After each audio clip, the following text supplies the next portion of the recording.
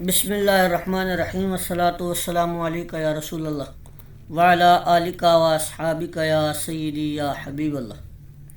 تو آج ایقاظ نمبر 14 شروع کرنا ہے ہم نے الرفع والتکمیل کا۔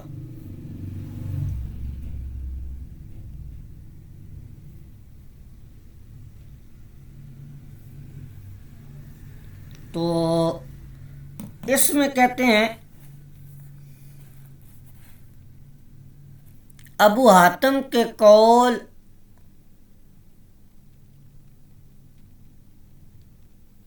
مجہول کسی راوی کے حق میں ابو حاتم کو جو قول ہے اس کو مجہول کہنے کا، اس کو قبول کرنے کی حد میں، یہ باب ہے جی۔ تو اس کا بامحاورت ترجمہ کیا بنے گا کہ کسی راوی کے بارے میں ابو حاتم کے قول مجہول کو قبول کرنے کی حد کا بیان۔ تو یہ دیکھیں جی، کہتے ہیں کہ کثیر روات کے بارے میں امام ابو حاتم کا قول، اس سے تو دھوکہ نہ کھانا۔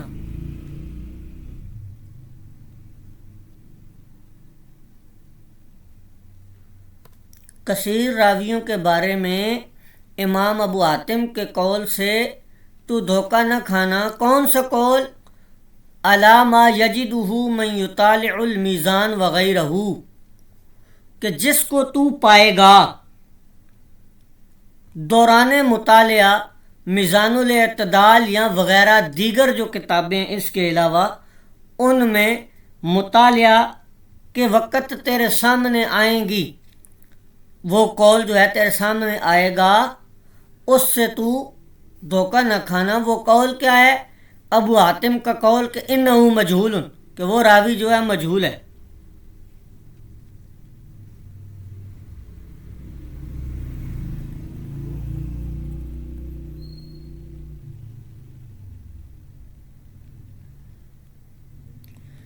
ما لم یوافقہ غیرہ من النقاد،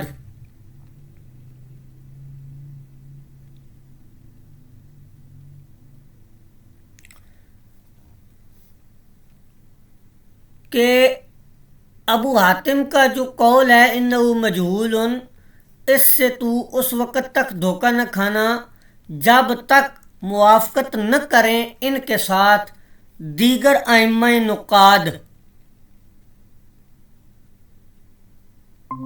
جب تک دیگر ائمہ نقاد ابو حاتم کے اس قول کے ساتھ اتفاق یا موافقت نہ کریں تو اس سے دھوکہ نہ کھانا۔ کیوں جی؟ وجہ کہتے ہیں العدول،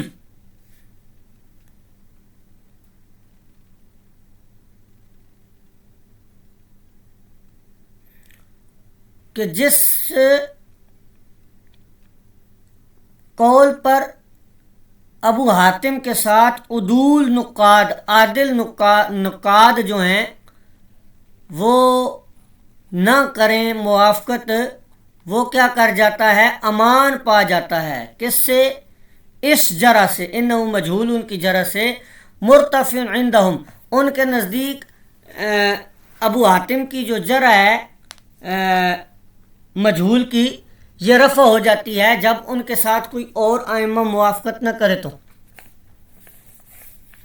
اور کثیر ائمہ ایسے ہیں جنہوں نے رد کر دیا ہے ان کے مجہول کہنے کو، اور وہ جو راوی ہے جس کو انہوں نے مجہول کہا ہے وہ ان کے نزدیک معروف ہوتا ہے، جیسا کہ حافظ ابن حجر عسقلانی نے مقدمہ فتح الباری میں حکم بن عبداللہ البصری کے بارے میں کہا، کہ کہتے ہیں کہ قال ابن ابی حاتم عن ابیہ مجہول، کہ ابن ابی حاتم نے کہا کہ میرے والد نے اس راوی کو حکم بن عبداللہ البصری کو مجہول کہا ہے۔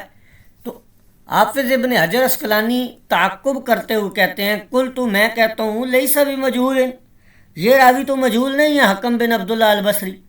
من روا عنہ اربع ثقات، ان سے تو 4 ثقہ راویوں نے روایت کی ہے، اور صرف روایت ہی نہیں کی ہے، ووثقہ الزہلی، ان کی تو زہلی نے توثیق بھی کی ہے. تو اس واسطے اگر ابو حاتم کسی راوی کو مجہول کہنے میں متفرد ہوں تو اس کی تحقیق، اس کی تتبع کر لینی چاہیے.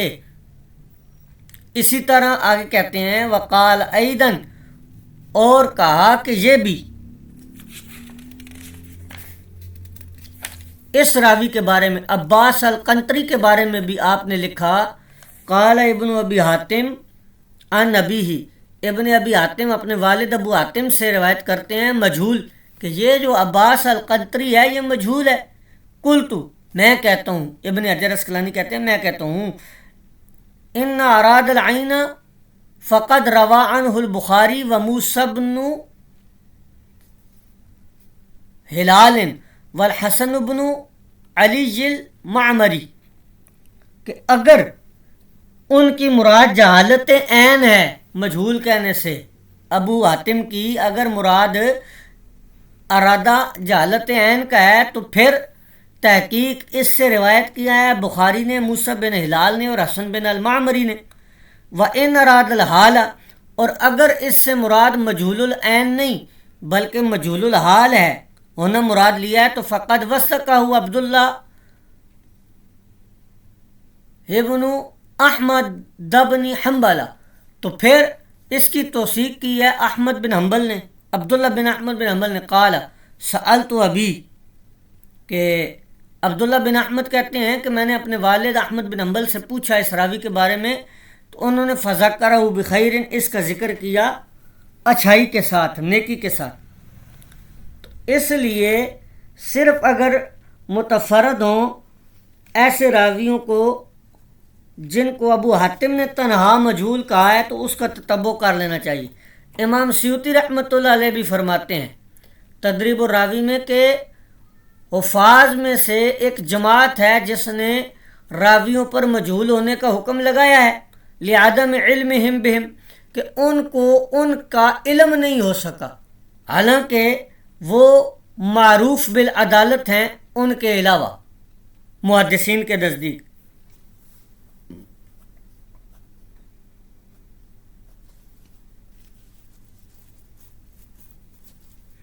اور میں نے ان کے بارے میں جو صحیحین میں سے ہیں بیان کیا ہے. پھر آگے آپ نے ایسے راویوں کا ذکر کیا ہے جن کو ابو حاتم نے مجہول کہا ہے حالانکہ وہ معروف ہیں، یہ سارے وہ راوی ہیں. ٹھیک ہے جی. تو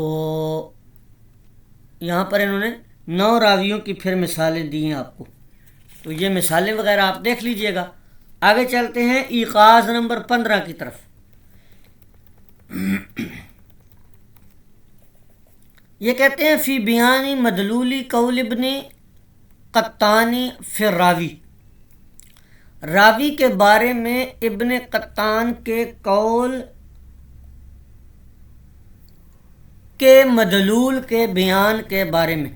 کون سے قول کے بارے میں، کون سے قول کا مدلول وجہ بیان کریں گے؟ یہ لا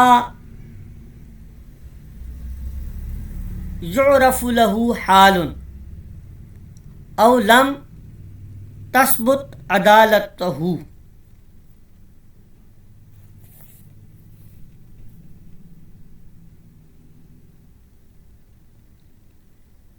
تو کہتے ہیں کہ کثیر مقامات پر تو مطلع ہوگا.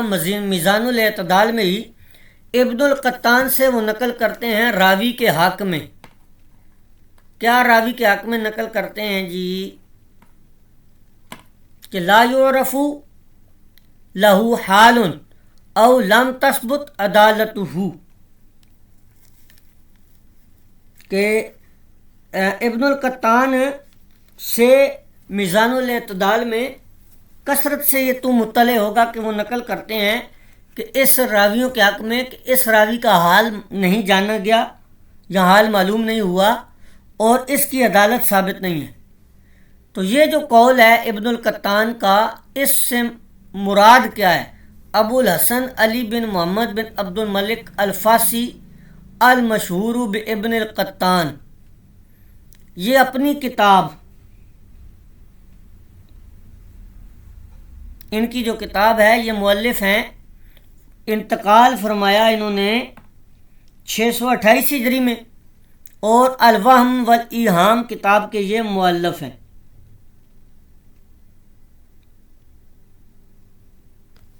کہتے ہیں فَلَعَلَّكَ تَظُنُّ مِنْهُ، پس اس سے، یہ جو ان کا قول ملتا ہے میزان الاعتدال میں، اس سے تم یہ گمان کر لیتے ہو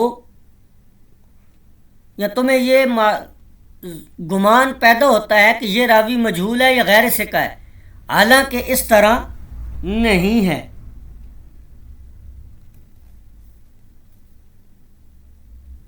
کیونکہ ابن القطان یہ جو اصطلاح ہے، لا یعرف حال لہو حال اور لم تثبت عدالتہ، یہ جو اصطلاحات ہیں، ان کا اطلاق دیگر ائمہ کی طرح نہیں کرتے، بلکہ ان کا اپنا ایک اطلاق ہے۔ امام ذہبی میزان الاعتدال میں حفص بن بغیل کے ترجمہ میں لکھتے ہیں کہ قال ابن القطان نے کہا لا یعرف لہو حال، کہ اس کا حال واضح نہیں ہے، ظاہر نہیں ہوا یا جانا نہیں گیا۔ قلتو،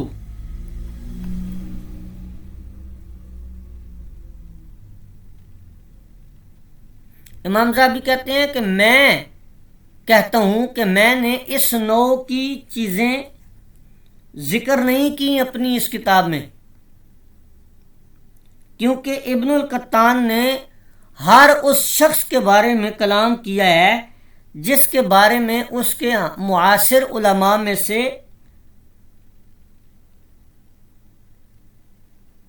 کچھ نہ کچھ کہہ دیا ہو،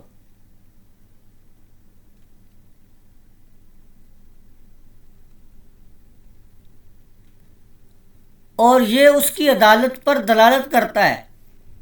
اور صحیحین میں اس طرح کے کئی ایک راوی ہیں جس کو کسی نے بھی ضعیف نہیں کہا ہے اور نہ ہی مجہول کہا ہے،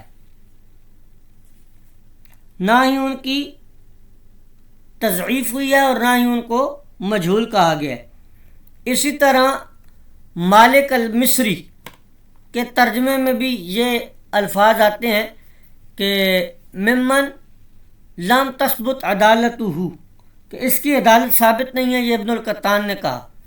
تو کہتے ہیں کہ وہ اس سے ارادہ کرتے ہیں، وہ اس سے مراد یہ لیتے ہیں کہ اس کے ثقہ ہونے کی بابت کوئی واضح نص نہیں ہے، کسی کا واضح قول نہیں ہے، ورنہ تو صحیحین میں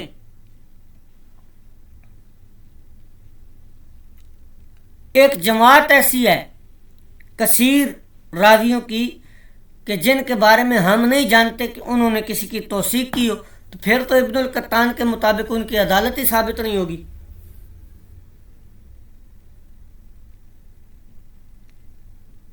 والجمہور علی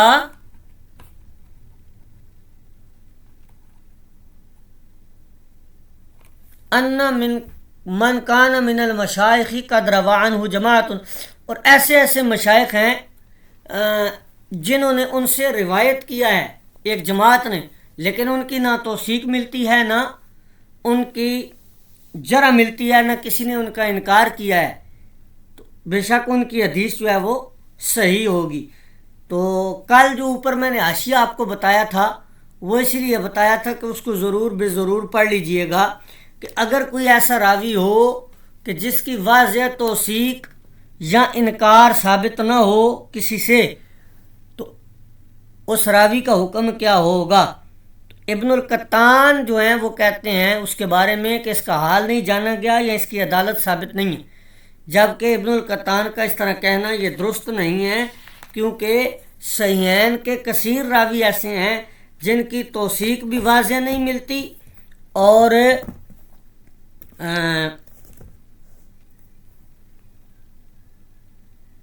ان کا حال بھی واضح نہیں ہے، لیکن ائمہ نے ان سے روایات لی ہیں، قبول کی ہیں صحیحین میں۔